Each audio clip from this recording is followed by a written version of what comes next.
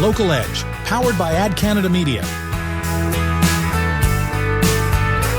Hi there, everyone. Welcome to our latest Season 2 episode of Local Edge. Here, we explore the value of local markets to advertisers, agencies, communities, much more. And we also bring you the latest news, insights, and the trends from the world of local advertising and marketing. I'm your host, Shawna Randolph. In this episode, we're going to explore the power of storytelling in local journalism, examples of successful local stories that drive community action, and memorable storytelling techniques that businesses can use to resonate with local audiences in their marketing efforts. So whether you are an advertiser, agency, community member, or just somebody interested in the world of local advertising, relax, take some time and enjoy our show. Canadians coast to coast love their pets, and they find the money in their budgets to show that love. In rural Ontario, $476 million is spent annually on household pet food alone. In urban British Columbia, that market is worth $564.3 million. Do you need to target your pet brand to the highest spenders on pet foods or supplies in rural Ontario, urban British Columbia, or anywhere in Canada? Ad Canada Media can help. Visit adcanadamedia.ca to serve up your advertising message.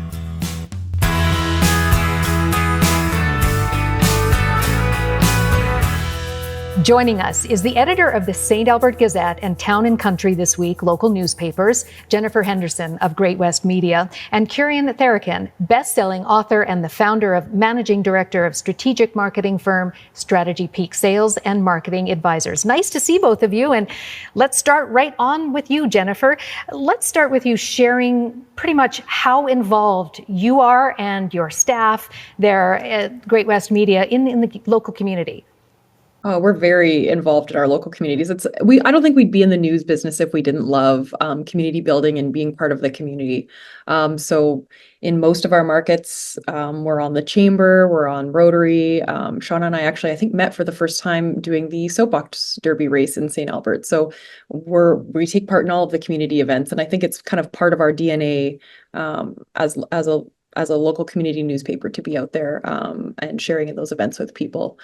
Let's go back into the summertime. I'm glad you brought that up. It was the soapbox races in St. Albert. We're both St. Albert residents. There was such a huge community feel to that. Not just that you were involved in they called it the VIP section of it, but just really connecting with the community. And I watched you actually, connecting with the local politicians, the business leaders. So why is that so important? We really can't operate authentically as a newspaper or as a news organization without being fully involved in the communities that we serve. If there's big breaking news in St. Albert or another community, CBC might come in or the Edmonton Journal might come in and cover that big breaking news. But for us, we are here to be a reflection of the community and represent the community back to itself. So it's important for us to be deeply connected and be out at events and be visible so that people know that we're not just popping in and out. We're here for the long haul. We represent this community. And you're also very connected, Great West Media, St. Albert Gazette, specifically in the local chamber. Yeah, we almost always have one member of our team, I think, on the local chamber. So right now, our sales manager, Angie, is the first vice chair of the chamber. And it's important for us to be represented with the chamber and also hear what local businesses are saying as well. It allows us to have better business coverage, I think, being part of the chamber. Okay, and having such a close connection with the community, let's talk about some examples, if you don't mind. Share a few with you. Successful local stories that have driven community action or awareness. Honestly, because we're so connected with the community, people do come to us with any news tip that they have. Sometimes they're, wacky and they might not be a news story and it might just be a conspiracy. But I mean, we have people come to us and share serious things that are happening in the community. Like last year, for example, the St. Albert Public School Boards wanted to remove memorials for students who had passed away, and two kids heard about this and they just got in their car and they just drove right to our office and they marched in and they said, I need to talk to a reporter immediately. And so we did a story on that and it got a lot of public attention. We've covered the St. Albert City Council's attempt to create a utility corporation and a solar farm, which caused a lot of community outcry, and those people came directly to us to share their stories and their perspectives. And then we cover things that are more I don't want to say on the lighter side, but long fundraising halls for the food bank or for the local LGBTQ community. People will come to us and say, "Hey, we want to do this thing. What are the odds you guys might want to write a story on the community action that we're taking?" So yeah, there are plenty of examples where that happens. With that one example that involved school children and that they came right directly to your newsroom there. What about other ways that stories are initiated? The common press release, social media. How else do you usually hear about events to cover? For the most part, a lot of it really does come from people being connected in our community. Our salespeople are really connected with the businesses that they serve. And so they're kind of little, fingers into the community. Through being on the chamber, through being on Rotary, or people just come to us, I think, often because they recognize, our brand or the institution, and they know that they can come to us and we represent local news, and we will take their story seriously and we'll tell their story. So in your view, how does all of this shape the perception of local news, being so involved and basically having that overall trust from the community in your paper? I think readers turn to us to not just see the crime and the court and the bad things that are happening, but they really turn to us to see a reflection of their own community back to them. And so I think it's important for us to cover the things that people are doing, whether it's high school sports or big community action initiatives, or what's happening at council, or what your MLA is doing. And I think people really do turn to us to see sort of a reflection of all those things happening in the community. They want to open the paper and see all of that kind of spread out for them. So I think being able to cover all of those things and things that are important to our readers, really gives us legitimacy with them. Okay, Kurian's been nodding away here. I think you're really eager to start joining in on this conversation and really helping with businesses here. So as an author, you're known for motivating leaders, to be charismatic, especially through the power of storytelling. How is that? Story is the only way that we understand our world. If you type in narrative identity into Google, you'll stumble upon a Wikipedia page that will tell you that everything that we can relate to, anything that we communicate about, everything that we have as understanding can only be related to each other in story form.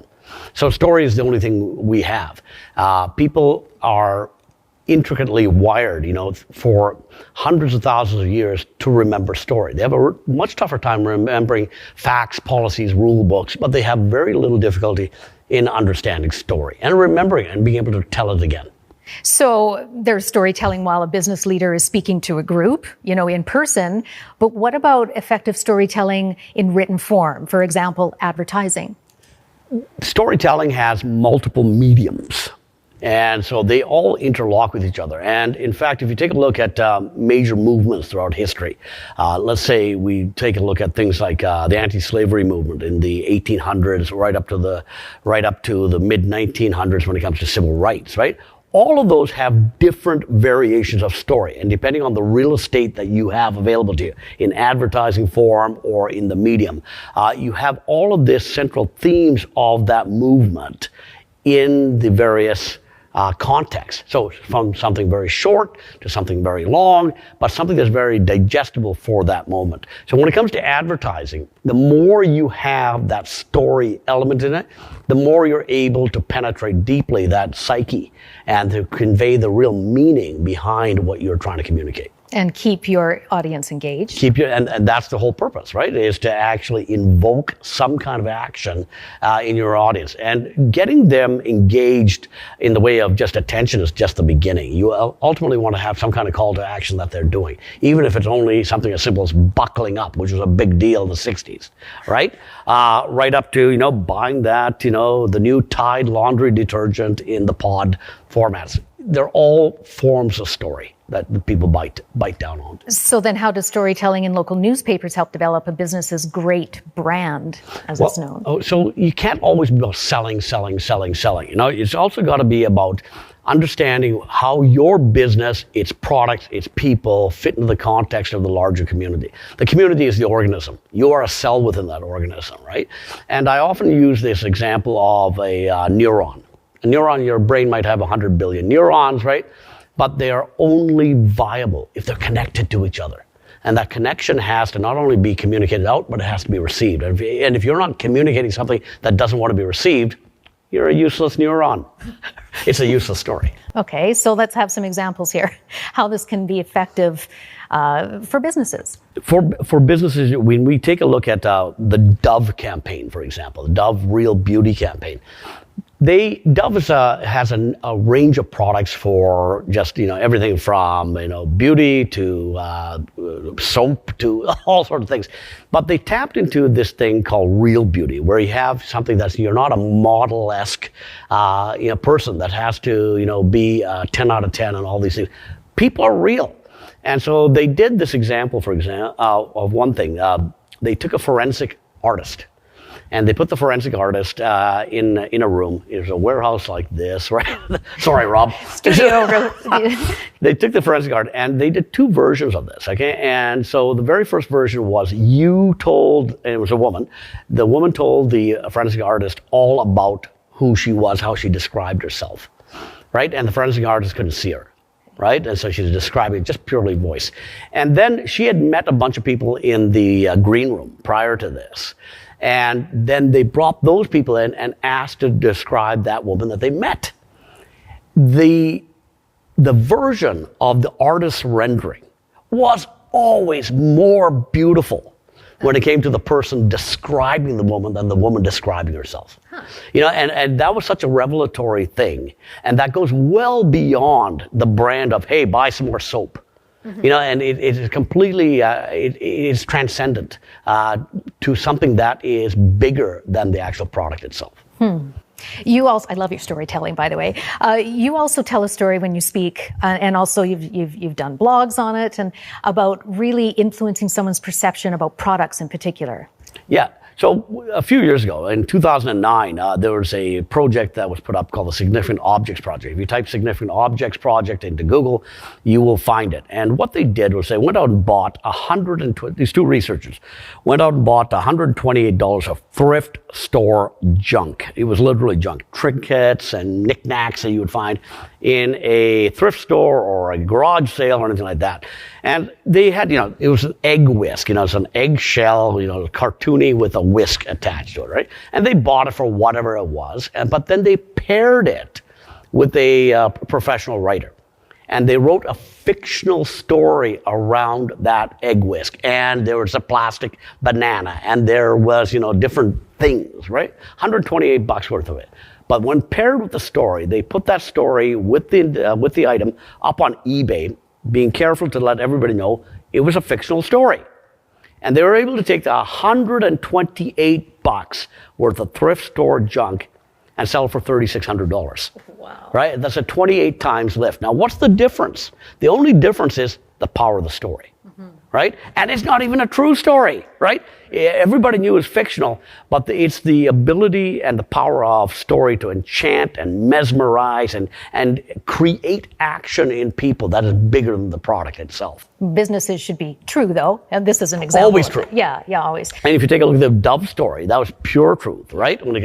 So I want to be really careful there, and that is that they were very cognizant to say that it was a fictional story. Right. Okay. So then how can businesses leverage memorable storytelling techniques in their marketing efforts? Well, I'll tell you the first way to do it. Just do it. Okay. The primary problem is they don't do it. We've got one of the companies I'm involved in. I'm a partner in a company called Socialite Communications. We have 1,400 members, Shopify store owners in our programs. Right? We teach them how to market online. Right? That's what we do. And left to their own devices, they always come back to the absolute basics of better pricing, better, more for your dollar, all the real functional boring see stuff. your Oh, expression. it's boring. It's completely boring. And then they wonder why their ads aren't working. You know, because they're spending money on ads to drive traffic. And when we look at it, where is the creative angles to that? And no one is actually exploiting this idea that all businesses, they are in the business of theater. Your store site, your website, Jen's smiling here, right? Your store site is actually a theater. Your website is theater. And most of the websites, if you view it from the context of theater, it's really boring stuff. There's nothing on there that would even remotely intrigue me, create curiosity, want me to know more, etc. But especially when you're a retailer, direct-to-consumer type of thing, unless you are creating things on the screen, and think of it like a movie screen, that people can be drawn to, people can be engaged in, people can revel about, then you've lost the opportunity to have that product you're selling to become more than just the functional aspects of soap or earrings or whatever else you're selling. It's got to be something that evokes the imagination into the deep realm of story. But then a business needs to know their audience to know how to connect with them. That's correct. Well, and I've been doing startup consulting for over 30 years. I don't look that old, but that's part of my credibility issue, right? But I've been doing this for over 30 years. And one of my most basic understandings is that the vast majority of people can tell me what they're selling, but they can't tell me why their customers are buying. And so they have a deep misunderstanding of the motives that drive the sales. And the motives go well beyond anything to do with the product itself, right? It also has to do with that individual, and it's not a demographic, okay, which is age, ethnicity, gender, those guys. It's more about a psychographic, and psychographics are deep values, beliefs, motives, those kinds of things. And when you understand how that way you look at that product, same product, different psychographics, that set of earrings goes from something that I can quickly get for my wife for Valentine's Day so I wouldn't be in the doghouse to an heirloom that could last for generations. What do you want that to be positioned like? That's entirely up to you as to how you tell that story. Exactly. Right? Yeah. So this is why it's so important, bringing Jennifer back into this conversation. She's nodding. You probably have a lot you want to say here. Why it's so important for local newspapers to be in tune with their community and to give the businesses who want to do the storytelling a wonderful platform for advertising. Right, Jen? Absolutely. Yeah. We want to make sure that our advertisers know that when they buy an ad in our product, whether it's online or in print, that it's going to all of these engaged community members that want to be a part of the community. So it's very important for us. I want to mention this. We talk about this a lot during our episodes because this is just so compelling these days, and a lot of people don't understand it, that for local newspapers, and I know this is the case with the St. Albert Gazette and all of the papers under Great West Media, how there's not just the hard copy version. There's the online digital form so people can just click and flip the pages. So Jen, really, how does your team's local storytelling resonate with your audience with the capability of having both options, so hard copy or click online? We see both of those products as going to two completely separate audiences. We don't have our print audience, we don't see the Venn diagram overlapping. I mean, it probably does, but when we create our stories, we think of them very separately, and we think of what they want as very separate things. So for print, you have a lot of time, maybe a little bit of time, 5 minutes, you're picking up the paper, you're reading your coffee, and you have a little bit of time to flip through kind of a curated product. You're able to spend a little bit more time with the stories. You're able to let things soak in. It might be a more visual experience. You want to see brightly colored ads or a nice photo. And then with digital, we're kind of battling or working with, I guess you'd say, what we call TikTok brain. People are scrolling, they want it quick, they want it now, they want that dopamine hit. So they want a short, not everything online is short, but it's shorter, it's quicker, it's immediate. With print, you can read about something that happened 3 days ago, and we can provide some context and make it relevant for that time. But online, you don't want to read up some breaking news from 3 or 4 days ago. You want it now. So for us, we really do see those products as very separate, and those audiences as very separate. What about specifically the actual hard copy of the newspaper that is on your website in a downloadable form that people can see the actual version?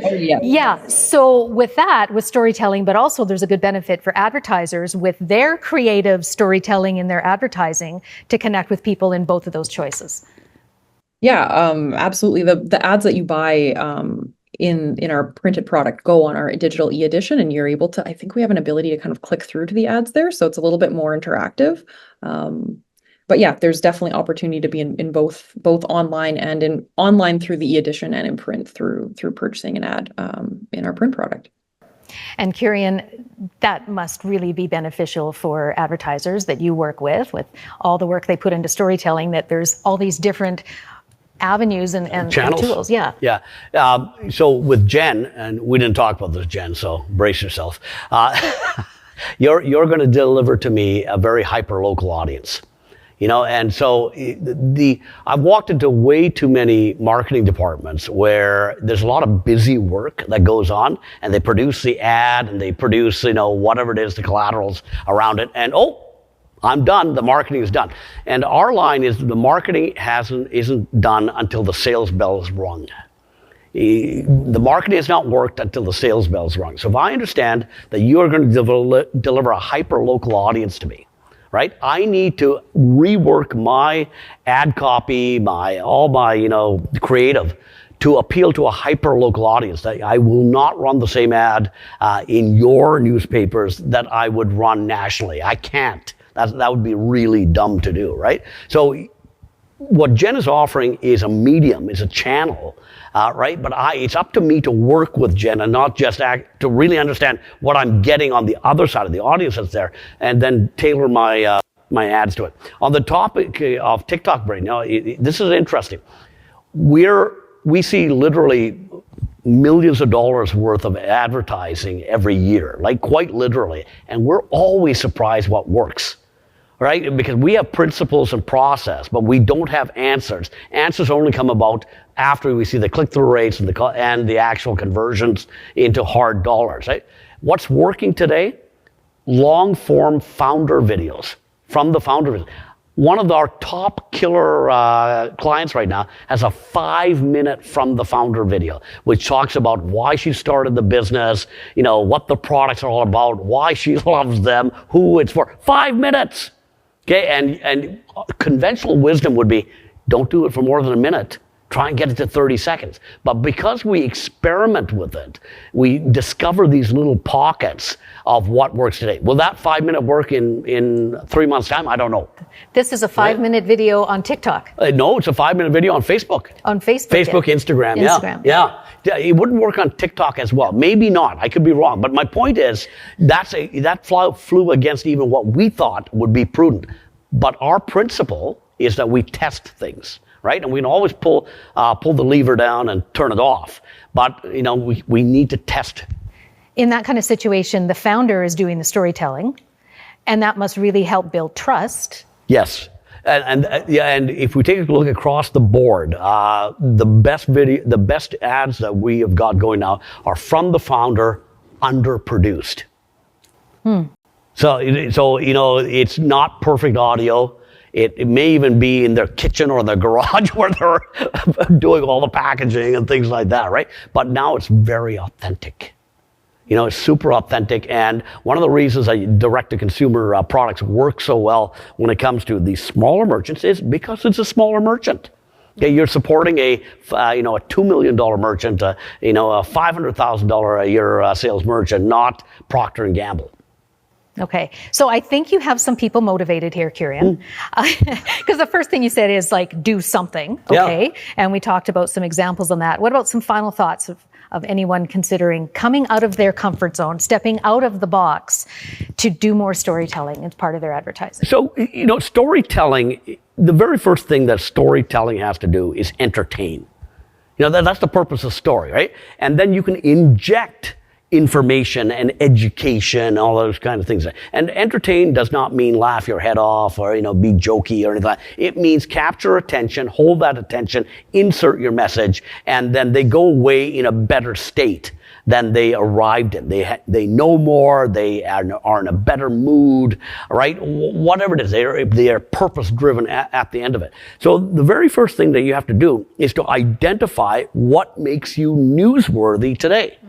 And the beauty about hyperlocality is that, if I hire a new intern at my office, that is not going to be a national story at any point in time. But it could be a very newsworthy story for Nate and the St. Albert Gazette. It's a real newsworthy story, right? And we're talking about how interns are able to turn their careers into something very productive, earlier, and how we benefit as a result because we are harnessing young energy. Jen, you're nodding away there. Any thoughts on that?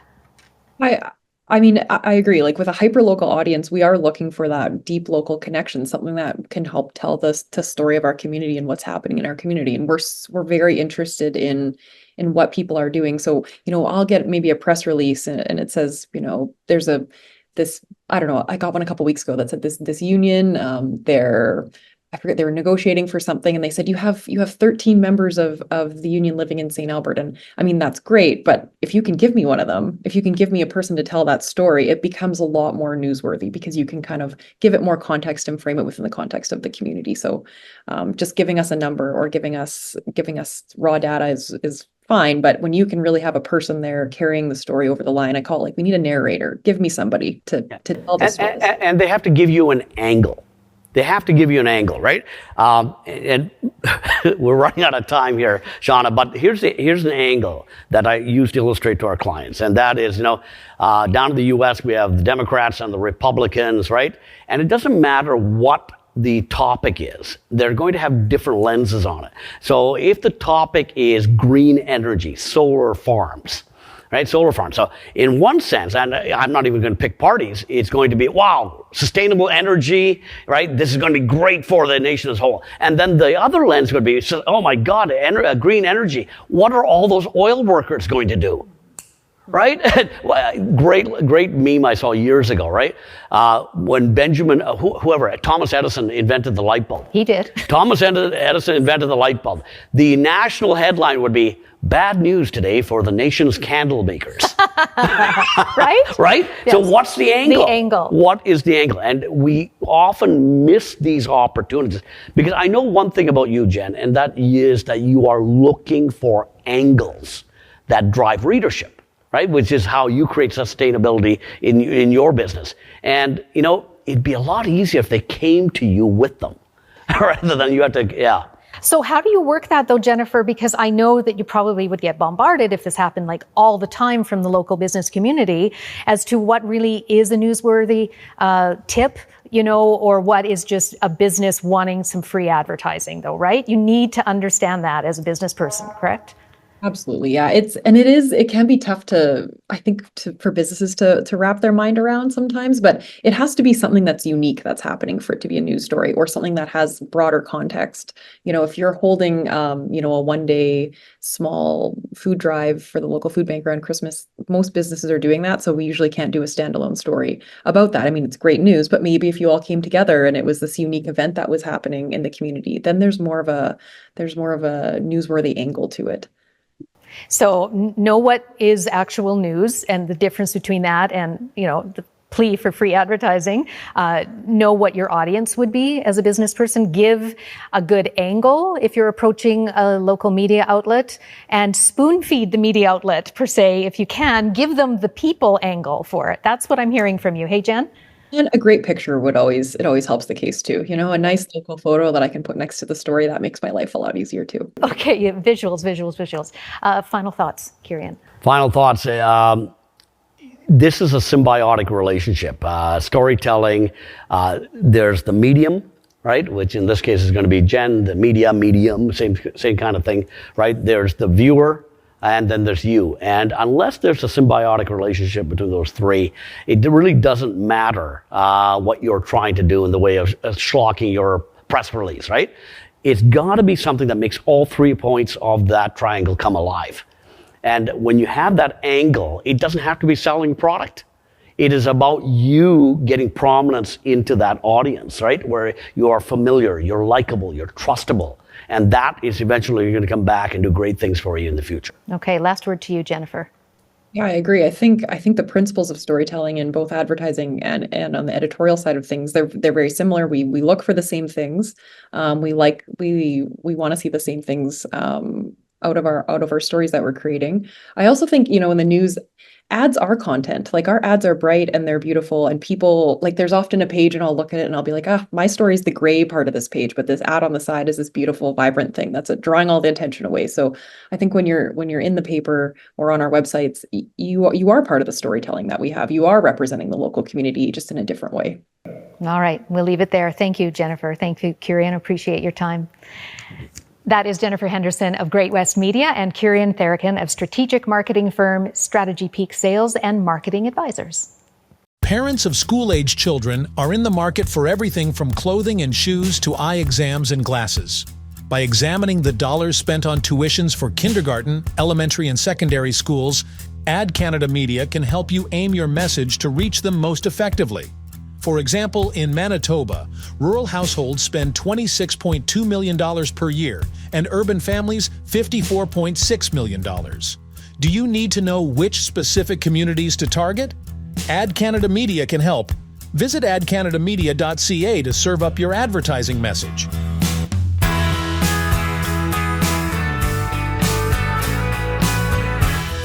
And that's a wrap. Thank you so much for spending time with us again here on The Local Edge. Again, I'm your host, Shawna Randolph. To stay in tune with us and to access all of our episodes, just be sure to subscribe to the Local Edge podcast. You can find it on any of the major platforms. There's Spotify, Apple, Google, whatever works for you. And don't forget to check out our website, adcanadamedia.ca. Thank you again for watching, and join us again next time.